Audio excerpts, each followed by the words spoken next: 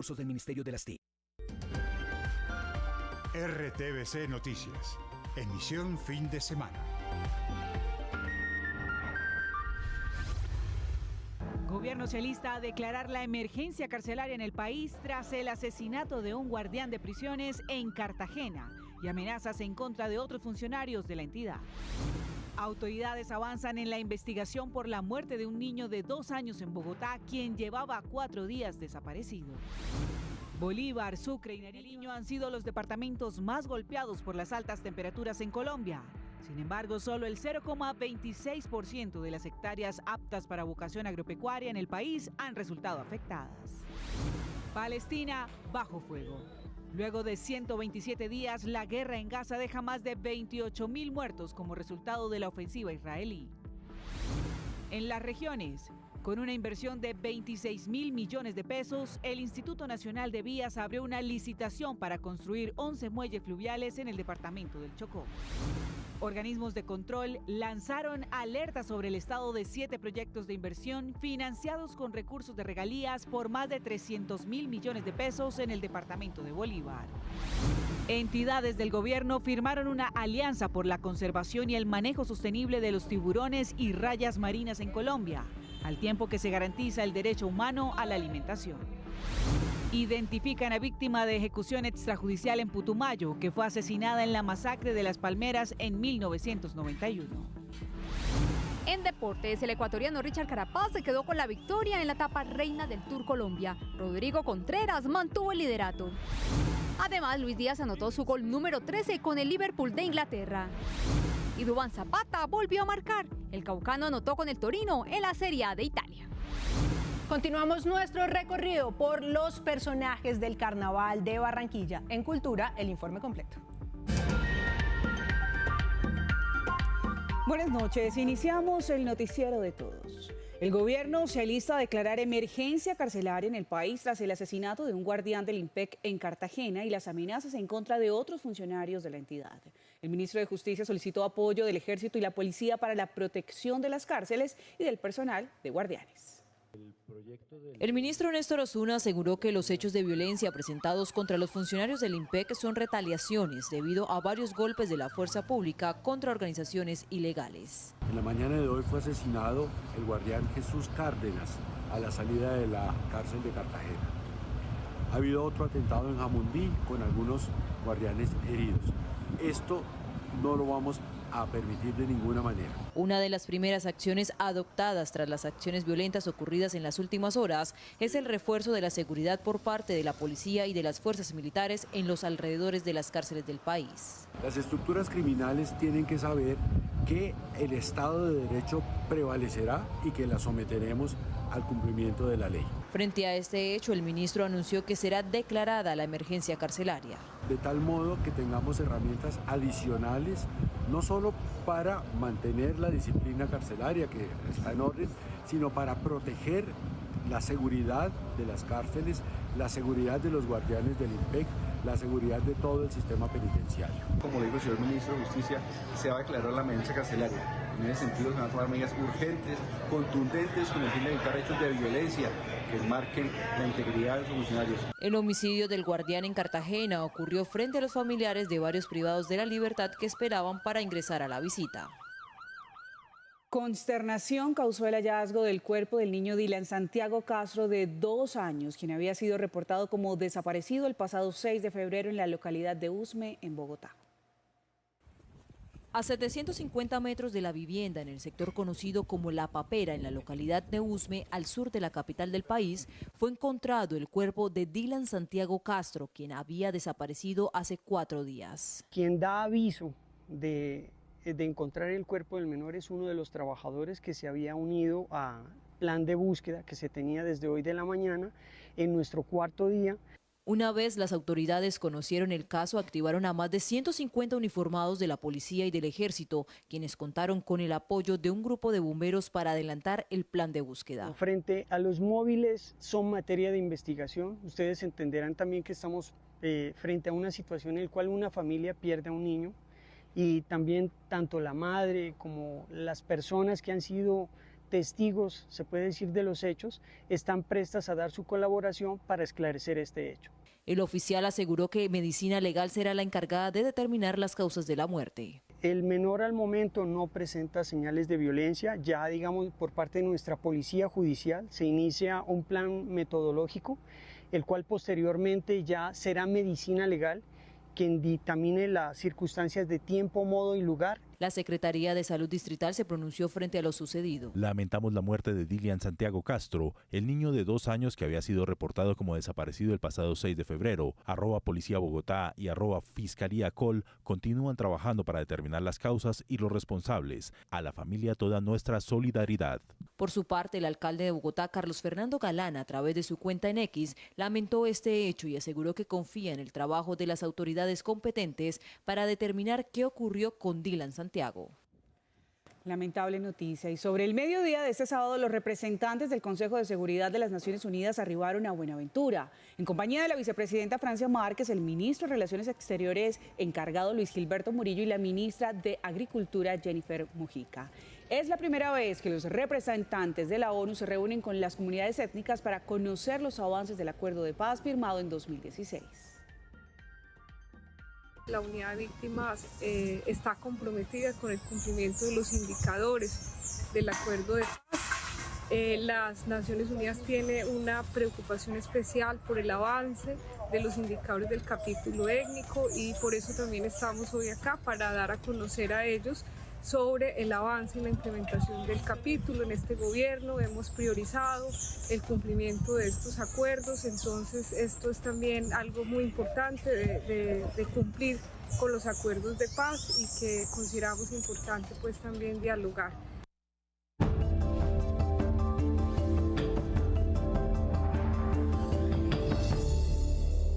En el puesto de mando unificado del sector agro para hacerle seguimiento a los impactos del fenómeno del Niño, se conocieron nuevas cifras reportadas por las gobernaciones. Informaron que solo el 0,26% de las hectáreas aptas para vocación agropecuaria han resultado afectadas por las altas temperaturas en el país. El Ministerio de Agricultura informó que hay 40.788 hectáreas de cultivos y 72.200 de pasturas con algún tipo de impacto.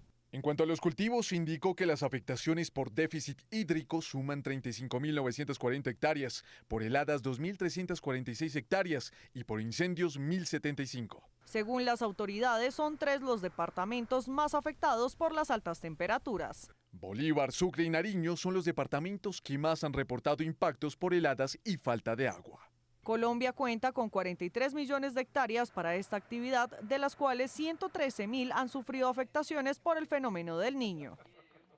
Con el objetivo de atender y buscar soluciones efectivas frente a la captura incidental de tiburones y rayas marinas en el país, los Ministerios de Agricultura, Igualdad y Ambiente se unieron para garantizar el derecho humano a la alimentación.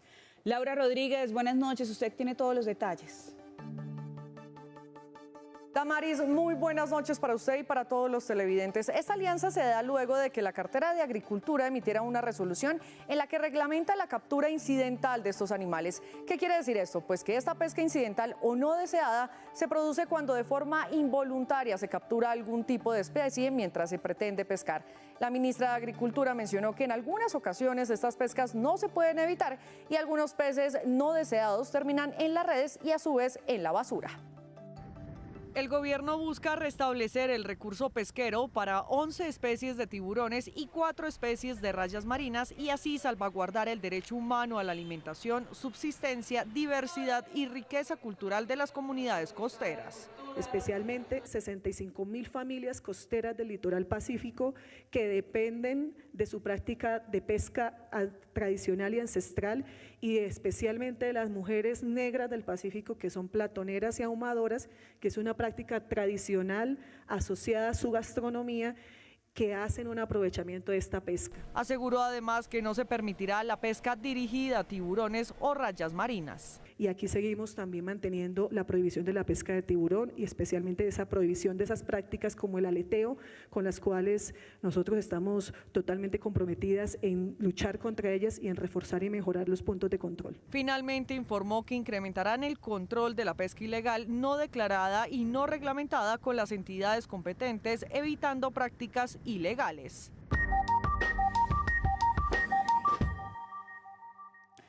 7:08 hacemos un recorrido por las regiones. El Comando de la Fuerza de Tarea Conjunta llevó a cabo una operación contra una red transnacional dedicada al narcotráfico que tiene injerencia en los departamentos de Chocó y Antioquia.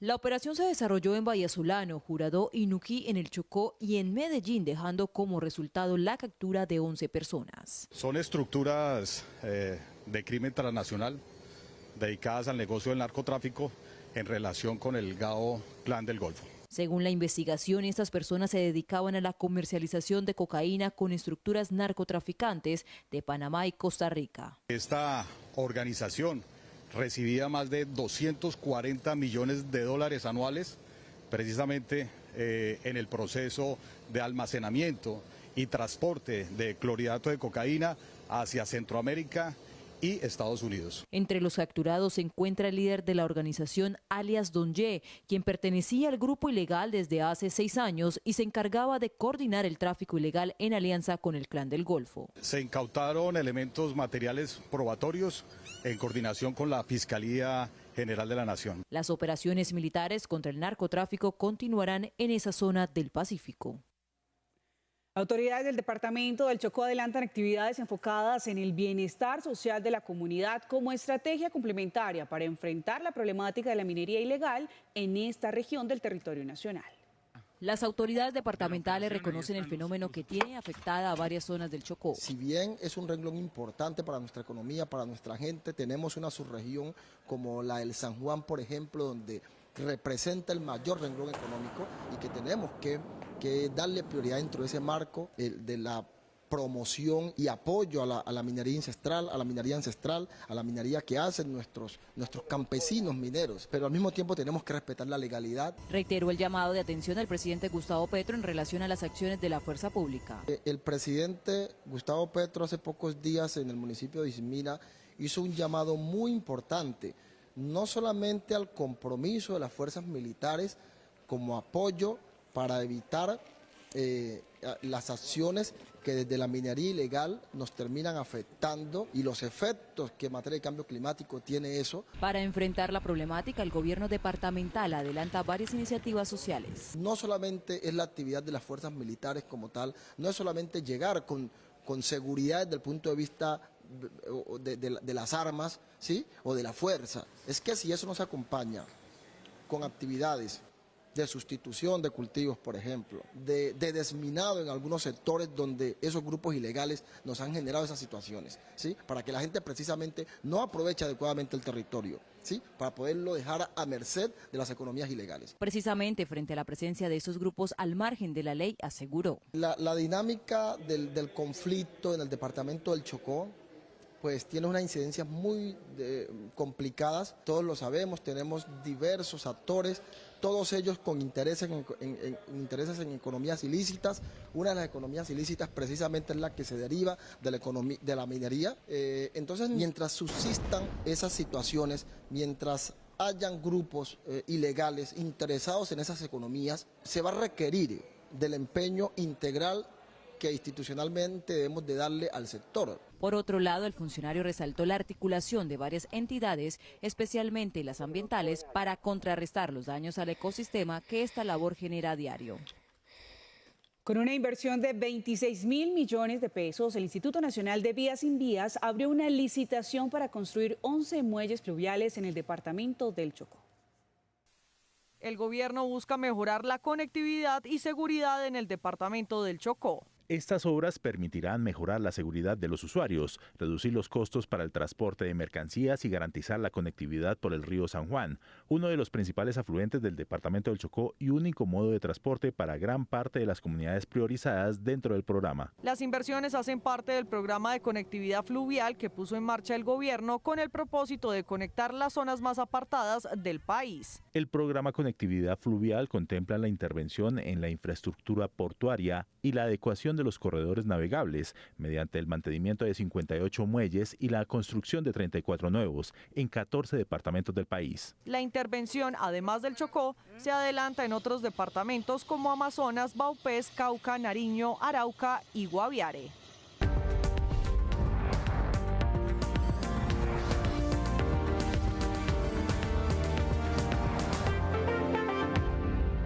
Este sábado el número de palestinos muertos a manos del ejército israelí superó los 28.000, mientras que la cifra de heridos llegó a 67.000 tras 127 días de conflicto.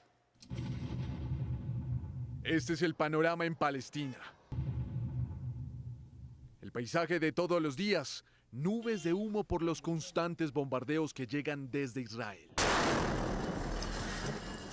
El propósito es acabar con Hamas, pero la realidad, un exterminio a una población civil que se encuentra en el fuego cruzado.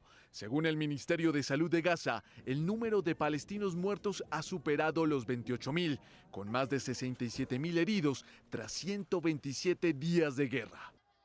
No podemos aguantar más esto. Hay mujeres y niños. Dijeron que Rafah era segura, pero no lo es. Todos los lugares están en el punto de mira. Queremos que termine la guerra. No podemos soportarlo más. Cifra que parece quedarse en números mientras la comunidad internacional observa la distancia. 28.000 vidas humanas para una población de 5 millones de personas. Grave situación humanitaria de un Estado que sigue buscando a las víctimas bajo los escombros. Estamos entre la vida y la muerte. Vivimos en el momento. No sabemos si mañana habrá esperanza de tregua o habrá cambios sobre el terreno. Así, el futuro de Palestina y de decenas de miles de civiles es incierto. Condiciones de vida descritas por periodistas en el terreno como intolerables. Población que queda a la espera de un posible acuerdo que marque al menos un alto al fuego transitorio.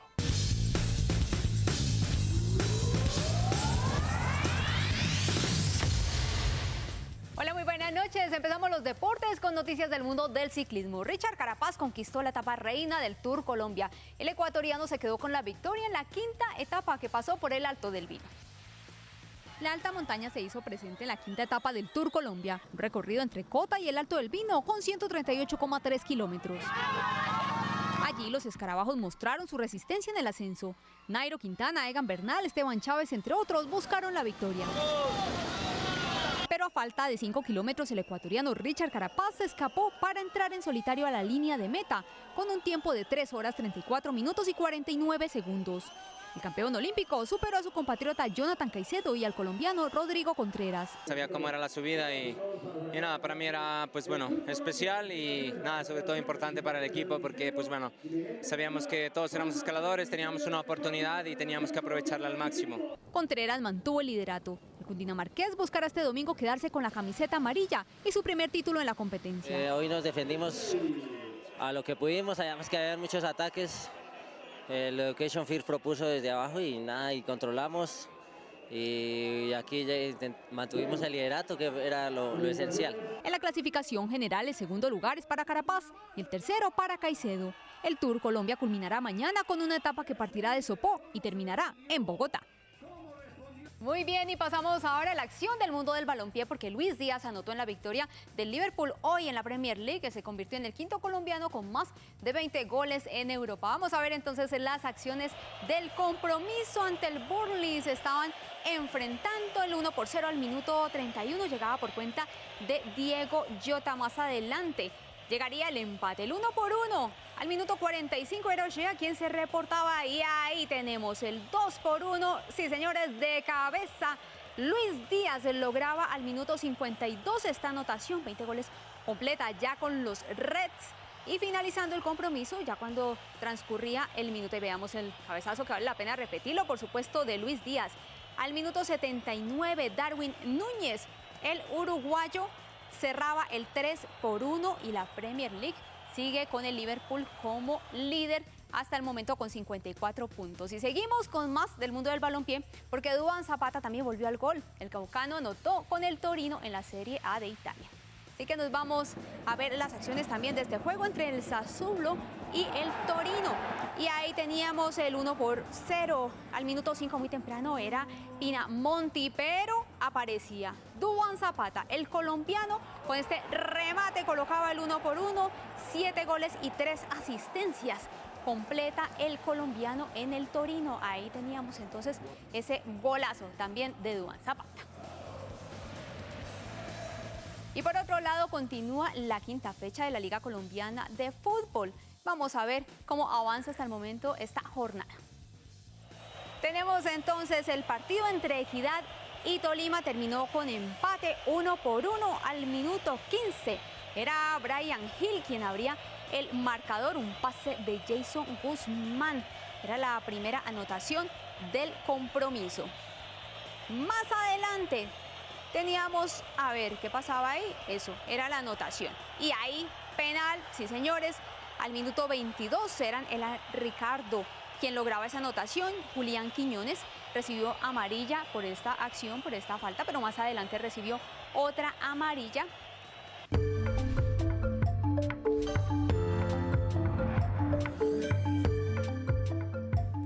La Procuraduría General lanzó una alerta y puso la lupa sobre el estado de 7 proyectos de inversión financiados con recursos de regalías por más de 300.000 millones de pesos en el departamento de Bolívar. Entre las obras sobre las cuales hay preocupación están el mejoramiento de vías, acueductos y alcantarillados y el programa de alimentación escolar. El proyecto más costoso es la pavimentación de 38.4 kilómetros en la vía Atillo de Loa Margarita Bolívar por 168.200 millones.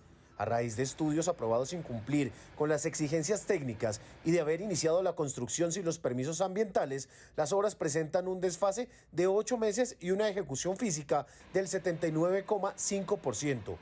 Otro proyecto vial retrasado es la pavimentación del tramo final de la vía Policarpa, variante Mamonal en Cartagena, por 9.759 millones, en el que se identificaron falencias en el diseño que generaron la suspensión de las obras.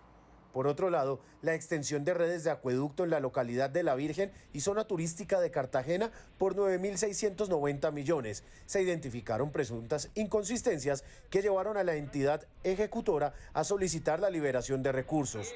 La implementación del PAE Bolívar por 69.471 millones también está en vilo, pues hasta el momento se desconoce si la entidad garantizó la continuidad del servicio para los 126.000 estudiantes durante los 180 días del calendario escolar. En la actualidad se definen las acciones preventivas y disciplinarias a las que haya lugar para destrabar el curso de estos proyectos y proteger los derechos de las comunidades. La Fiscalía logró la ubicación e identificación de una víctima de una ejecución extrajudicial en Putumayo que fue asesinada en lo que se conoció como la masacre de las Palmeras. Los hechos ocurridos en 1991 son uno de los primeros casos de los llamados falsos positivos. Equipos de criminalística y científicos del CTI ubicaron y exhumaron a una víctima de ejecución extrajudicial. Se trata de un hombre de 25 años quien fue retenido junto a otras personas por unidades militares y de la Policía Nacional el 23 de enero de 1991 en la vereda Las Palmas, en zona rural de Mocoa, Putumayo. Ese día los civiles fueron trasladados a una escuela rural, puestos en estado de indefensión y afectados con armas de fuego. Posteriormente, fueron reportados como bajas en combate. En su momento, uno de los muertos fue presentado con el alias de Moisés y sepultado sin que quedara registro sobre su ubicación. Por esta acción desproporcionada de la fuerza pública, el Estado colombiano fue condenado por la Corte Interamericana de Derechos Humanos el 6 de diciembre del 2001. El fallo, entre otras disposiciones, pidió localizar los restos de Moisés y entregarlos a su familia. En ese sentido, la Fiscalía puso en marcha varias actividades investigativas. Sin embargo, no había rastro ni información de las personas que tuvieron contacto o cercanía con la víctima. El 12 de julio de 2023 fue exhumado un cuerpo en el cementerio central de Mocoa. Durante algo más de 6 meses, los peritos forenses realizaron los cotejos de rigor para establecer la plena identidad de unos restos que fueron hallados. Finalmente concluyeron que correspondían al hombre que hace 33 años fue llamado Moisés, que en realidad respondía al nombre de Luis Hernando Ojeda García. Con el resultado científico fue posible ubicar a los familiares para comunicarles lo sucedido con su ser querido y programar la entrega del cuerpo.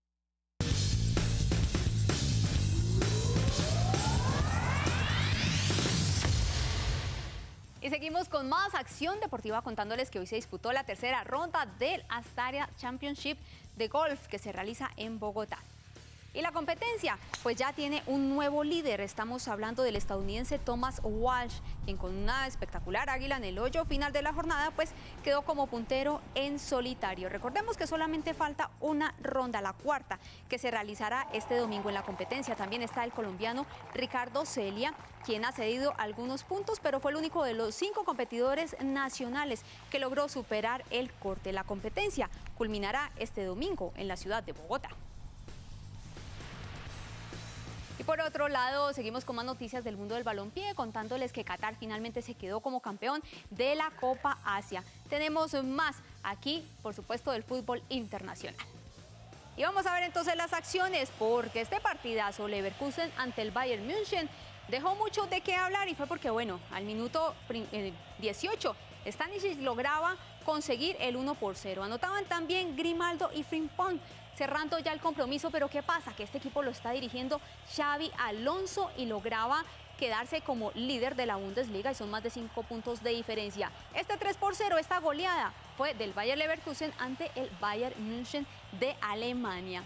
Ahí teníamos entonces las acciones del compromiso y ya finalizando el juego, pues era esa emoción que tenían los deportistas de poder golear al equipo que se ha quedado con la victoria los últimos 11 años. Estamos hablando del Bayern München de Alemania. Y por otro lado, les contamos que este domingo se realizará la máxima cita del mundo del fútbol americano. Estamos hablando del Super Bowl. ¿Qué les contamos entonces de este compromiso, que será la edición número 58 y tendrá como protagonistas a los dos mejores equipos de la temporada? Está de un lado el Kansas City Chiefs, que son los actuales campeones del Super Bowl, y también están los 49ers, que buscan, por supuesto, también quedarse con la victoria. Colombia también es uno de los grandes ganadores de esta competencia, ya que ha exportado más de 1.500 toneladas de aguacatejas, de dato también que acompaña al mundo deportivo. Y hasta aquí toda la información del mundo del deporte.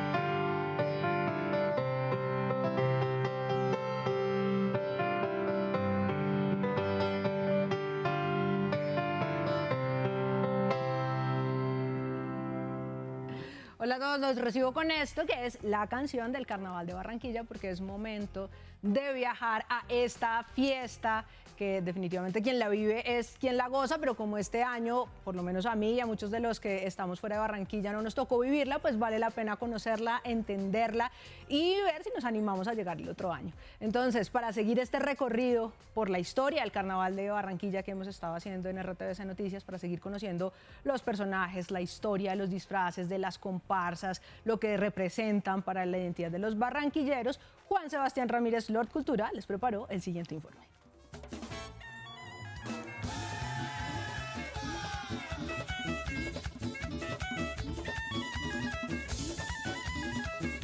El Carnaval de Barranquilla se destaca por la emotividad que emana en cada rincón de la ciudad.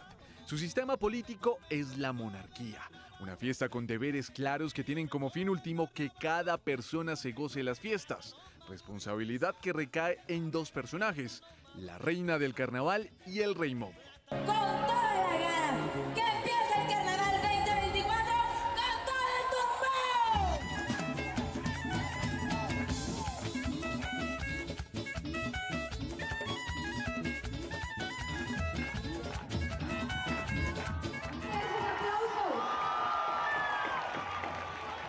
Jerarcas que ocupan un lugar privilegiado en las festividades. Lideran desfiles, eventos y actividades que celebran la identidad cultural y la diversión colectiva.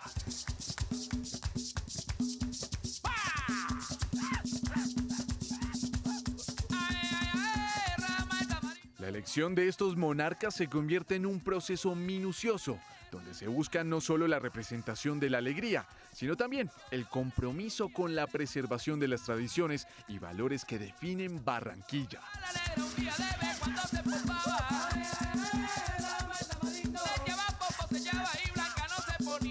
Uno de los rituales más esperados es la lectura del bando, donde la realeza plantea sus reglas y, ¿por qué no?, algunas licencias. Gracias de Momo y por voluntad de mi pueblo jacarandoso, yo, reina del Carnaval de Curramba la Bella, ordeno y mando.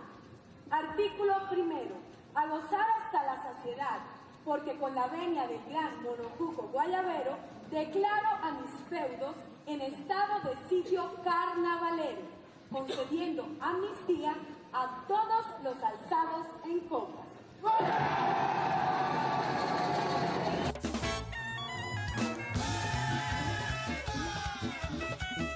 rol de la reina para muchos va más allá de lo estético. Es un símbolo de empoderamiento femenino. Transmite un mensaje de unidad y alegría.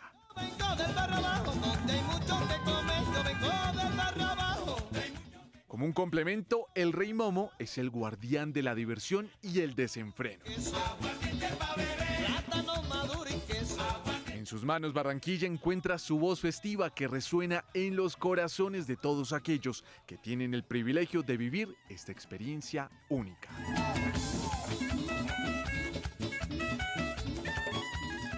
Y quien lo vive es quien lo goza. Llegamos al final de RTVC Noticias. Los esperamos mañana con nuestra emisión de las 7 de la noche con los hechos más importantes de Colombia, sus regiones y el mundo.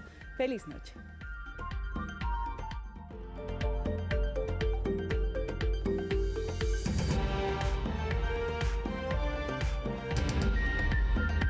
RTVC Noticias, emisión fin de semana.